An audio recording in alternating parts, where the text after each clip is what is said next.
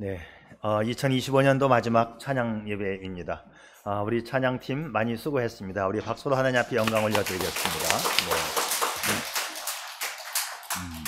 네. 네, 우리 리더이신 우리 김병로 집사님 참 하나하나 곡을 골라야 되고 어제 와서 또 연습을 하고 어제는 이제 마지막이니까 올해의 마지막이니까 우리 찬양팀 또 한번 단합대회를 가져야 되겠다 해서 잠깐 또 회식을 했습니다. 그 회식하는 장소까지 어디를 선정해야 될까? 이게 다 리더의 몫이지 않습니까? 하나하나 수고가 있었고 열심히 하는 그 성실함이 여기까지 왔던 것 참 하나님 앞에 감사를 드립니다. 자, 그렇습니다. 이제 오늘은 사랑의 열매라고 하는 말씀을 준비했는데요. 지난 시간에는 믿음의 열매 그랬죠. 이제 한 해의 마지막을 이제 바라보면서 우리가 어떤 열매를 우리가 맺어왔는가? 지난 시간 기억하시나요? 믿음의 열매는 일단 화평의 열매, 평화의 열매가 맺혀지고 우리가 어떠한 순간에도 예수님 닮아갈 수 있는, 그래서 우리는 기뻐할 수밖에 없는 기쁨의 열매, 마지막에 이 모든 것들을 함께 포용할 수 있고 품을 수 있는 사랑의 열매가 믿음의 열매 마지막이었어요. 성경은 이 사랑의 열매를 그렇게 쉽게 설명할 수 없는 부분이고 성경의 모든 것들을 이 사랑 안에 다 담을 수 있기 때문이지요. 오늘은 사랑의 열매라는 측면에서 한번 생각해 보려고 합니다. 자, 성경에서 그렇게 강조하는 이 사랑의 열매, 언젠가도 제가 말씀드렸죠. 세상 노래 가운데 사랑을 모르면 당신은 바보야. 여러분, 이 노래 가사처럼 우리가 사랑을 모르면 세상에서 바보 소리 들을 수 있을지 모르겠습니다. 근데 중요한 건 뭐냐면 세상이 말하는 그 사랑이 어떤 사랑이냐는 것이죠. 세상엔 이 사랑의 종류가 너무 많아요. 너무 많아요. 친구들의 사랑도 중마고우가 뭐죠? 이 대나무로 말 모양을 만들어 가지고 그 대나무 말 위에서 어렸을 적에 함께 놀았던 친구, 그래서 옛정을 생각하는 그게 중마고. 어떤 사람은 중마고를 죽치고 마주 앉아 고스톱치는 친구, 그게 중마기오다. 하여튼 뜻도 많고 관포지교, 붕우유신, 다 이 친구 간의 우정을 말하는 거지요. 친구 간의 우정뿐만이 아니고 혈연 관계로 맺어지는 가족 간의 사랑도 많습니다. 또 혈연 관계를 뛰어넘어서 남녀가 함께 만나고 백년 가약이라고 하는 남녀 간의 사랑도 있고 부자, 유친, 군신, 유의, 말도 참 많습니다. 사랑의 종류가 많아요. 그러면 세상이 말하는 사랑을 모르면 당신은 바보야 했는데 그때 그 사랑은 어떤 사랑일까요? 네, 사랑의 종류가 우리 성경에도 헬라어에도 많이 있는데 이건 바로 남녀 간의 사랑을 이야기하는 거예요. 헬라 말로는 에로스의 사랑이다. 그런데 이 사랑이, 이 에로스의 사랑이, 이 세상적인 사랑이 정말 진실되고 변함없이 영원한 사랑일까요? 천만의 말씀. 사랑을 모르면 바보라고 말하지만 그 사랑이 영원한 사랑일까요? 천만의 말씀. 이런 노래 있잖아요. 사랑은 눈물의 씨앗이라고. 정반대의 이야기를 또 합니다. 이 이야기는 뭐냐면 세상은 사랑을 모른다는 이야기예요. 사랑을 모르면 바보? 그러다가 사랑은 눈물의 씨앗? 아픔을 또 이야기하잖아요. 결국 무슨 얘기냐? 세상 사랑은 사랑이 아니다. 세상은 참 사랑을 모른다는 이야기입니다. 아주 사랑이 고귀한 것처럼 이야기하지만 다 자기중심적인 사랑 아닙니까?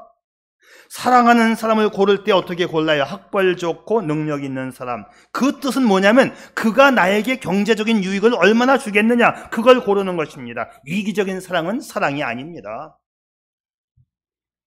듀오라고 하는 결혼 전문 업체에서 설문조사했는데 젊은이의 80%가 맞벌이를 원한다 했습니다. 여기에 두 가지 이유가 있다고 저는 생각해요. 우리 열심히 일해서 나중에 행복하자라는 의미도 있고, 두 번째는 나도 일할 테니 너도 일해. 개인적인 계산이 깔려 있는 것입니다. 실제로 그 설문조사에서 서로가 맞벌이하면서 서로에게 원하는 것이 뭐냐? 늦게 귀가하거나 밤을 새거나 해도 서로 상관하지 말자. 오히려 그 시간에 집에 있는 배우자가 아이 돌보아주고 설거지하고 청소해주자. 얼핏 보면 맞는 이야기 같은데 여러분 좀 무섭게 들리지 않습니까? 사랑이라고 말을 하는데 나는 나, 너는 너. 서로 간에 이해와 존경은 없고 서로의 인격 침해하지 말자, 사랑이라고 말하면서 규칙을 세워놓고 있어요. 참 무섭게 들립니다. 저는 사랑에 무슨 규칙이 있습니까? 조금 다른 이야기 해볼까요? 요즘 결혼한 부부들이 하는 말 가운데 부모 챙기는 것은 셀프다. 이게 무슨 뜻인지 아세요? 니네 엄마는 네가 챙기고 내 엄마는 내가 챙기자. 셀프. 얼마나 산뜻합니까? 서로 문제 생길 게 없지 않느냐? 간편하고 합리적이고 정확하고 문제없이 너희 엄마는 너희가 챙겨. 내 엄마는 내가 챙길게. 이게 요즘 젊은 부부들이 하는 말인데요. 제가 법원에 있을 때 상담을 하면서 경험한 바에 의하면 셀프 방식으로 이제 부모를 챙겼습니다. 근데 사람이기 때문에 궁금해요. 물어봐. 여보, 지난번 장모님 생신 때 얼마 드렸어? 셀프니까 모르잖아. 물어봐야 되잖아. 우리 엄마 그냥 상품권 50만 원 드렸지. 난 우리 엄마 30만 원 드렸는데. 기분이 나쁘잖아요. 그래서 그 다음 해에는 나도 우리 엄마 50만 원 드렸어요. 그리고 아주 또 위하는 척하면서 장모님 생신 챙겼지? 하고 물어보는 거예요. 궁금해서 한 거지 사실은. 요새 물가도 오르고 70만 원 드릴까 하다가 100만 원 드렸어. 나는 50만 원 올려드린 건데 2배로? 사람의 마음이기 때문에 말이죠. 분합니다. 그리고 셀프였기 때문에 서로 말은 안 하고 있지만 이것이 분노와 앙심과 폭발로 이어지고 싸움으로 이어지게끔 되어 있어요. 왜? 이기적인 마음 때문에 그렇습니다. 세상의 사랑은 철저하게 이기적입니다. 그래서 눈물의 씨앗이 되는 거예요. 어느 어머니가 결혼한 아들 집에 갔더니 아들이 앞치마를 두르고 있어요. 부엌일 하는 걸 보면서 이때 엄마의 마음이 어떨까요? 어휴, 얼마나 못났으면 저 천치가. 그러면서 며느리가 원망스럽겠죠. 반대로 어머니가 시집간 딸네 집에 갔어요. 사위가 앞치마를 두르고 있는데 얼마나 이쁜지요? 뭔 사랑? 이기적인 사랑이에요. 세상은 철저하게 이기적인 이 사랑의 굴레를 벗어날 수가 없습니다. 자기중심적인 사랑이라고 하는 얘기죠. 그런데 성경은 이것과 전혀 다른 사랑의 이야기를 하고 있어요. 이 사랑이 뭐냐? 성경이 말하는 사랑은 헬라말로 아가페라는 말을 써요. 아가페 사랑. 오늘 본문이 포함되어 있는 요한 1서에 보게 되면 이 아가페라고 하는 이 단어가 동사형으로는 아가파오 해서 28번, 그리고 명사형으로 18번, 도합 46회나 쓰여지고 있습니다. 이 아가페 사랑이 뭐냐? 성경에서 말하는 사랑은 주는 사랑, 희생적 사랑, 조건을 뛰어넘는 사랑, 타산 없이 따지지 않는 사랑, 철저하게 상대방의 유익을 구하는 사랑. 사랑은 자기의 유익을 구치 아니하고 상대방의 유익을 구하는 사랑. 여기에 규칙이 없습니다. 규칙이 없어요. 그냥 다 주는 게 그게 아가페의 사랑입니다. 우리가 예수 믿고 구원받았을 때에 우리는 모두 하나님의 그 아가페적인 사랑을 받은 거예요. 하나님은 가장 순결하고 가장 고귀한 사랑을 우리에게 조건 없이 베풀어 주셨으니 이 사랑이 곧 아가페의 사랑입니다. 지난주일 믿음의 열매 가운데에 모든 걸 다 품을 수 있는 열매는 바로 사랑의 열매라고 했습니다. 오늘 우리 이 짧은 시간에 이걸 다 설명할 수는 없지만 사랑이란 뭔가, 옛날에 연속극도 있었죠. 사랑이 뭐길래? 저는 제목만 알지 내용은 하나도 몰라요. 사랑이 뭐길래? 아주 오래됐던 얘기 같은데요. 자, 여하튼 우리 한번 성경에서 말하는 이 사랑을 배워봅시다. 첫째, 사랑하면 하나님은 사랑이십니다. 여기부터 출발을 하는 것입니다. 하나님이 사랑 그 자체이다. 그래서 사랑을 알려면 하나님을 알아야 된다. 여러분, 사도 요한께서 계속 읊어대는 말이 있어요. 하나님은 사랑이십니다. 하나님은 사랑이시다. 입을 열어서 설교만 하게 되면 성도 여러분, 하나님은 사랑이십니다. 이 말밖에는 몰라요, 사도 요한은. 그래서 이제 성도들이 그랬죠. 목사님, 좀 다른 설교 좀 하세요. 네, 다른 설교 하겠습니다. 내가 다시 말하노니 서로 사랑하라. 또 사랑입니다.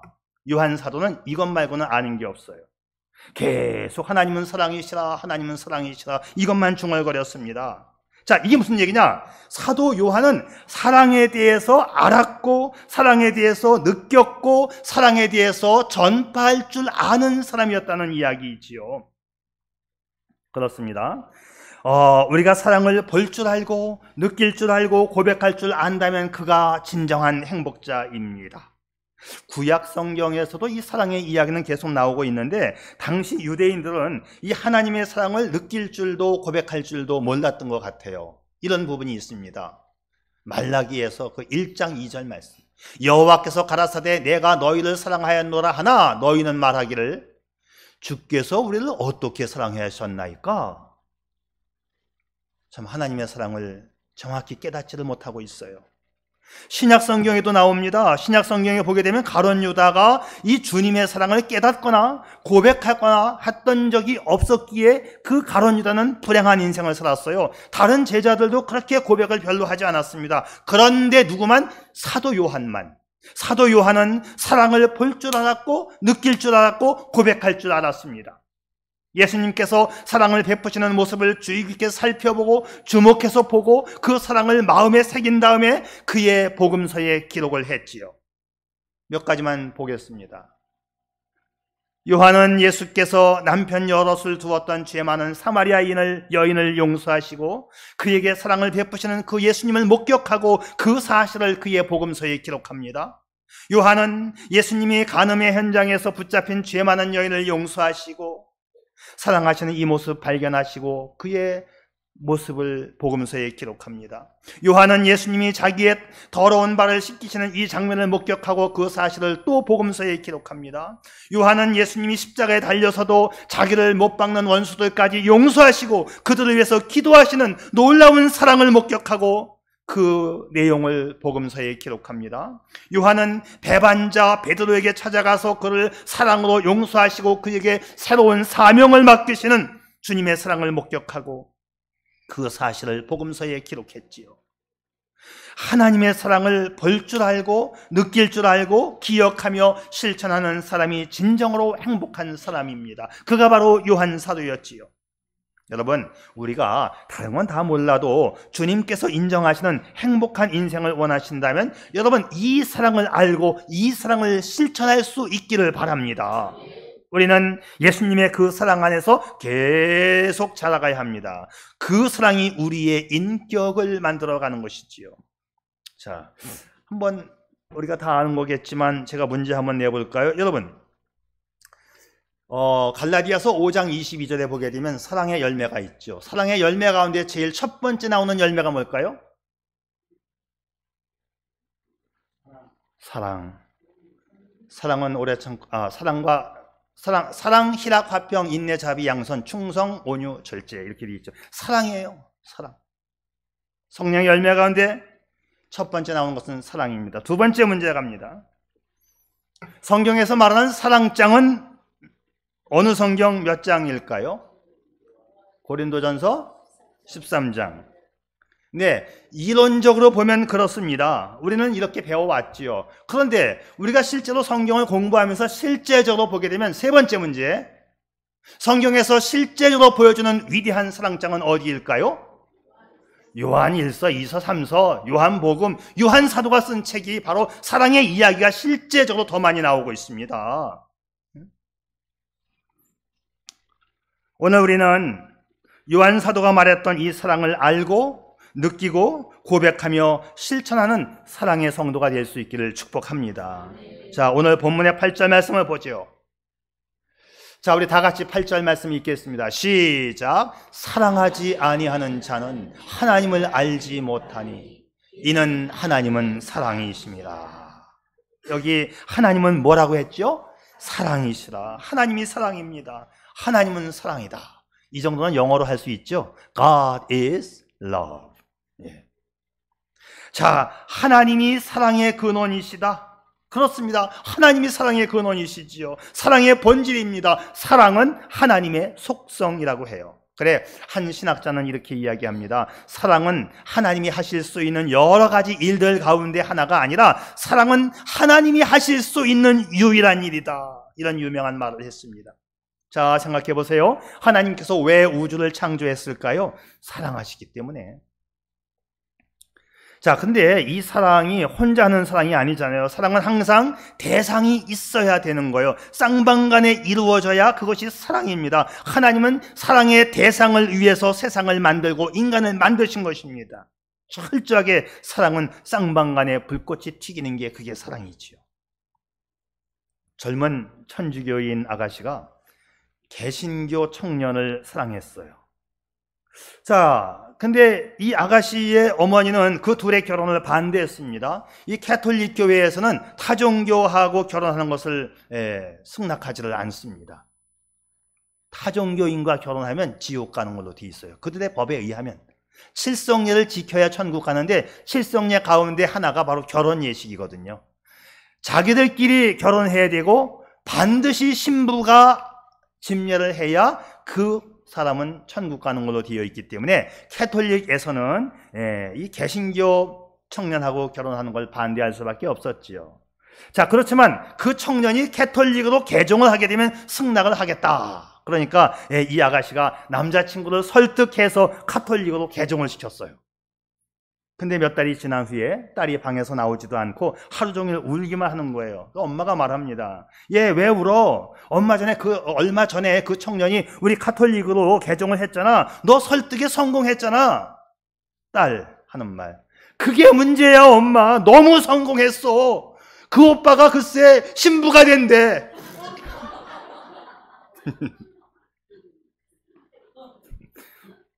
웃겨요? 사랑은 쌍방간에 하는 거다. 이 얘기 하나 하려고 그냥 끄집어냈습니다. 그래서 하나님은 사랑하시기 위하여 세상을 창조하셨어요. 그 사랑의 대상으로 저와 여러분을 만드시고 오늘 이 자리에 부르신 것입니다. 하나님은 사랑의 대상인 그 인간이 죄를 범하고 타락했어도 변함없는 사랑으로 인간을 구원하십니다.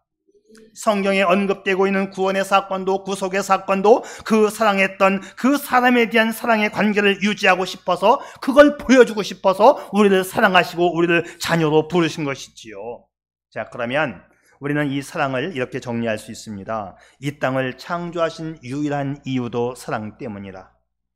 인류의 구원을 위한 십자가의 사건도 사랑 때문이다. 세상 마지막 날 이 땅을 심판하시는 것도 하나님이 사랑하시기 때문이다. 아니, 심판도 사랑이라고? 그렇지요. 하나님은 죄인된 인간을 심판하실 수밖에 없습니다. 그러나 그 심판 이면에는 하나님의 사랑의 의도가 있었다는 것이지요. 역시 요한 사도가 쓴 요한복음 5장 24절. 내가 진실로 진실로 너희에게 이르노니 내 말을 듣고 또 나 보내신 이를 믿는 자는 영생을 얻었고 심판에 이르지 아니하나니 사망에서 생명으로 옮겼느니라. 심판에 이르지 않고 영원한 사망에서 생명으로 옮겨졌다. 천국으로 옮겨졌다. 천국을 준비하여 나를 그 천국에 들여보내주게 하신 그 하나님의 사랑, 여러분 이 사랑을 오늘 깨달을 수 있기를 바랍니다. 우리의 가슴 속에 영원히 기억되어야 하는 그 사랑, 바로 그것이 하나님의 사랑이지요. 우리가 이 땅에 살면서 많이 실수할 수 있고 실패할 수 있고 망가질 수 있어요. 하지만 하나님의 사랑은 우리를 최후 행복자, 최후 승리자가 되게 하시는 것입니다.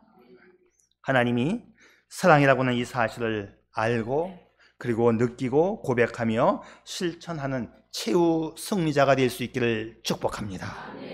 자, 두 번째로 이 사랑은 그래서 쌍방간에 서로 실천하지 않으면 안 돼요. 오늘 말씀은 우리가 믿는 예수 그리스도 그분이 사랑의 실천자이심을 보여주고 있습니다. 자, 오늘 9절 말씀도 같이 읽겠습니다. 시작. 하나님의 사랑이 이렇게 우리에게 나타난 바 되었으니 하나님이 자기의 독생자를 세상에 보내심은 저로 말미암아 우리를 살리려 하심이라. 아멘. 여기 보시면 하나님의 사랑이 우리에게 이렇게 나타난 바 되었다 그랬어요.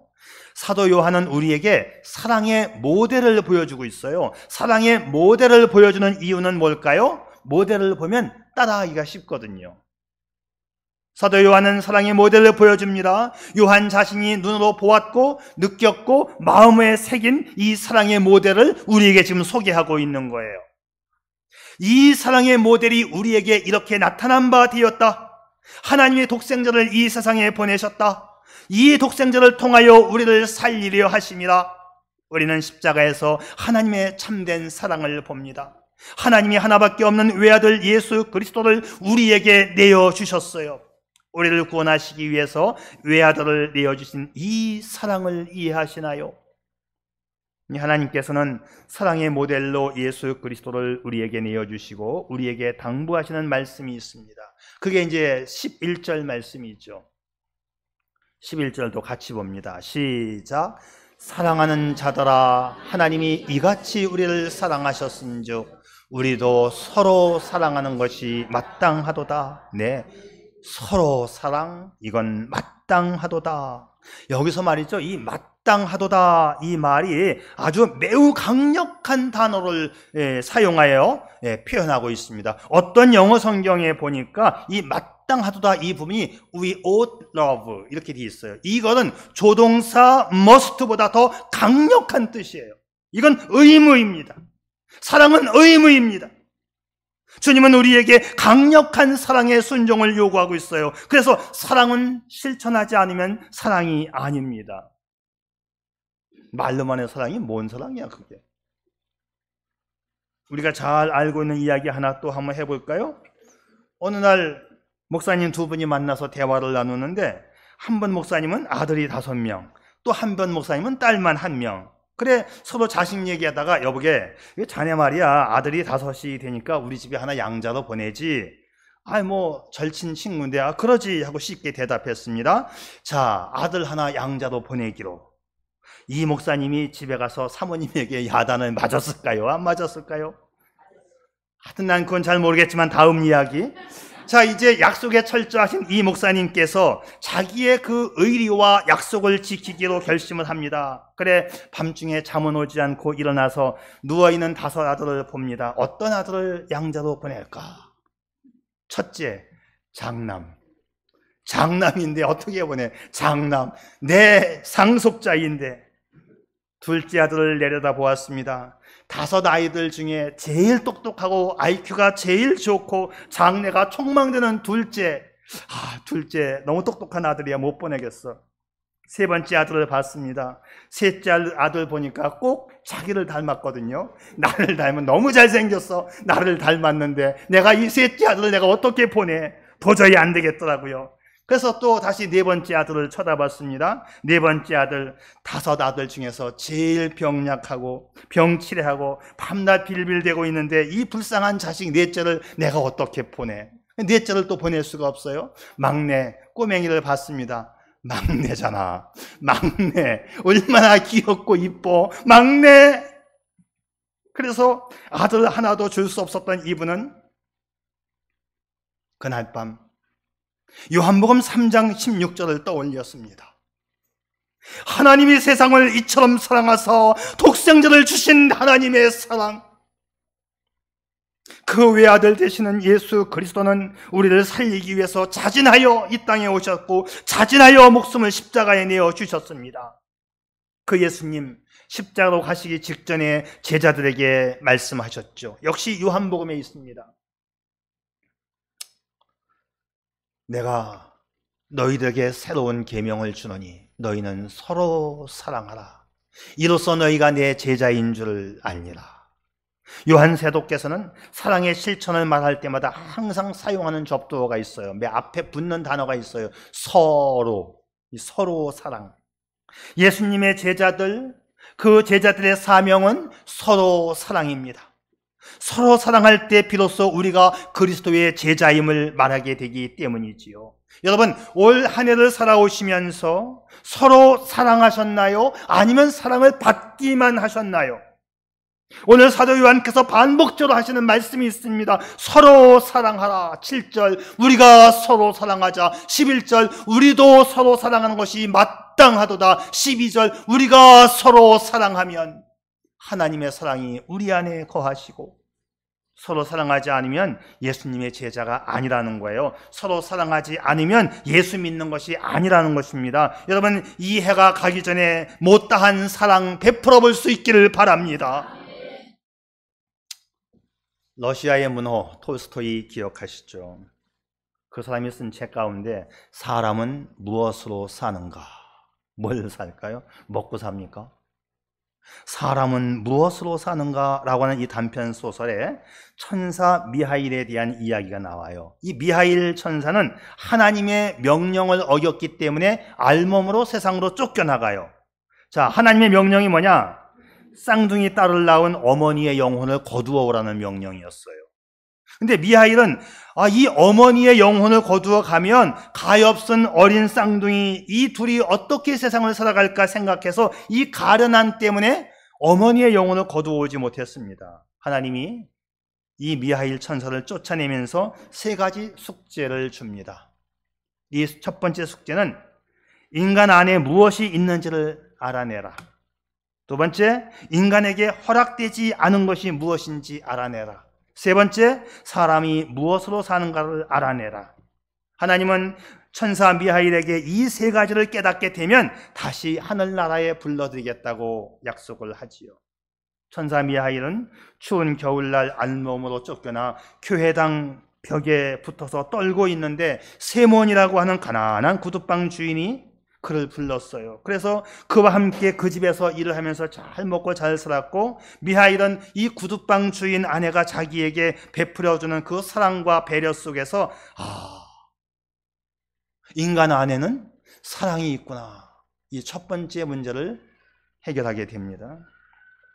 그 후 구두방에서 오랫동안 일을 하다가 어떤 부자가 가죽 장화를 맞춰놓고 그 다음날 바로 죽었기 때문에 이 장화를 찾아가지 못하는 사건이 있었습니다.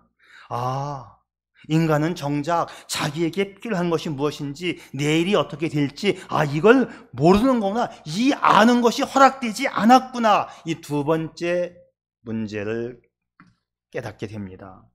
그리고 세월이 한참 흐른 뒤에 한 여인이 쌍둥이 여자아이 둘을 데리고 구두방에 찾아왔을 때 미하일은 직감적으로 바로 자기가 영혼을 거두어 가려고 했던 그 어머니의 쌍둥이 둘이 오늘 왔구나 알게 되었어요. 알고 보니까 그때 그 어머니는 딸들을 낳아놓고 6개월 만에 세상을 떠나갔고, 그 쌍둥이 아이들은 다른 여인의 사랑과 보살핌 가운데 잘 양육되는 것을 보고 세 번째 질문의 답을 얻게 됩니다. 아이들은 엄마가 없이도 살 수 있지만 하나님의 사랑 없이는 살아가지 못한다는 걸 깨닫게 되었지요. 모든 사람들이 자신의 일에 대해서 자신이 열심히 노력하면 잘 살 것으로 생각합니다.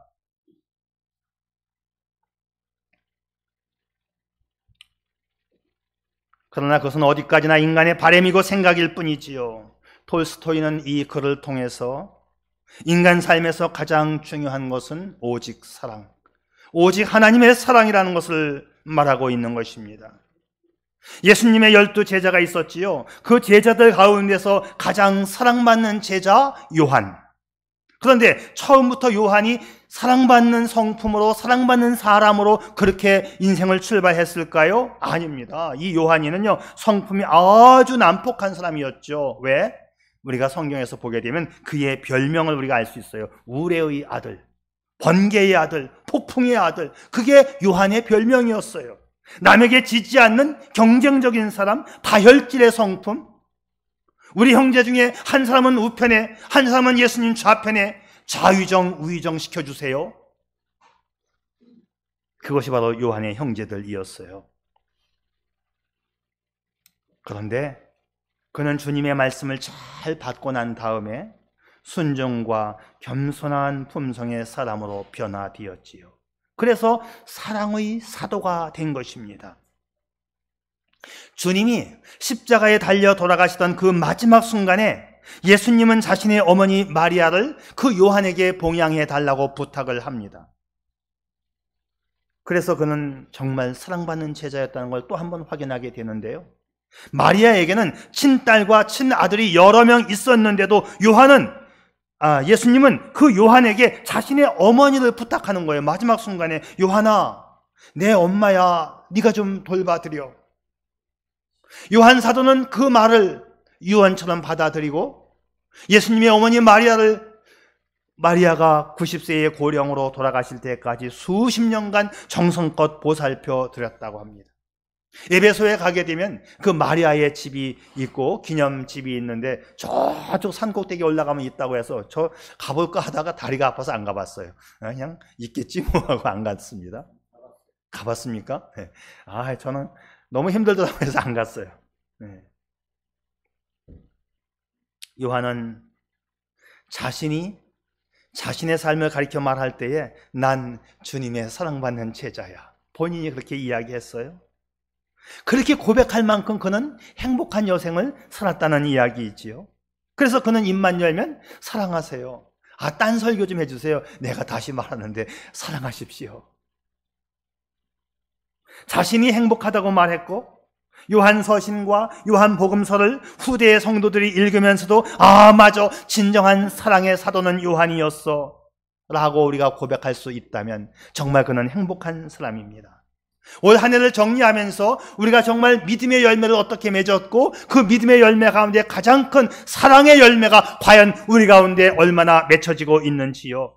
우리 모두 사랑을 보고 느끼고 고백하며 실천하는 이 시대의 요한이가 되었으면 좋겠습니다.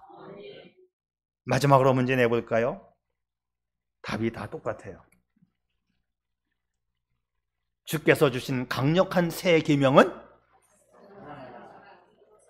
앞에 하나 더 붙여. 서로 사랑. 두 번째 문제. 서로 사랑의 그 방법, 주께서 우리를 사랑하신 것처럼 어떻게 하라? 서로 사랑하라. 세 번째 마지막 문제. 주님의 제자로 행복한 인생이 되려면 100점 맞았어요. 공부 무지하게 잘했습니다. 여러분 참으로 아름다운 축복의 인생을 살아간 사도 요한처럼 서로 사랑하면서 살아가기를 축복합니다. 아멘. 기도하죠.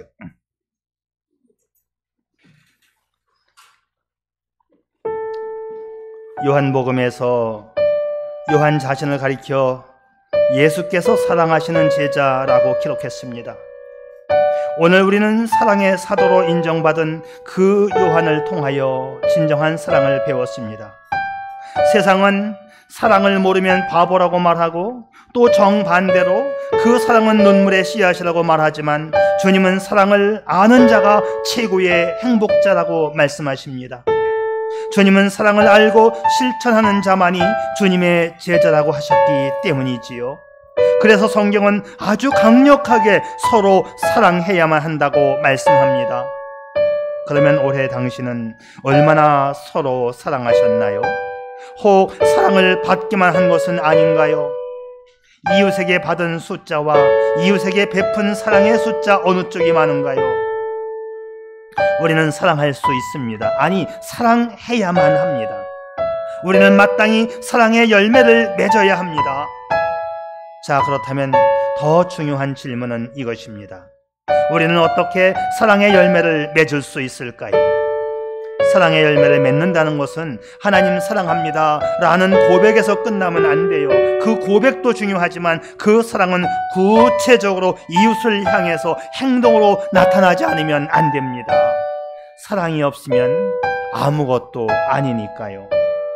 서로 사랑함으로 사랑을 실천하는 행복자, 주님께 인정받는 제자가 바로 당신이기를 축복합니다.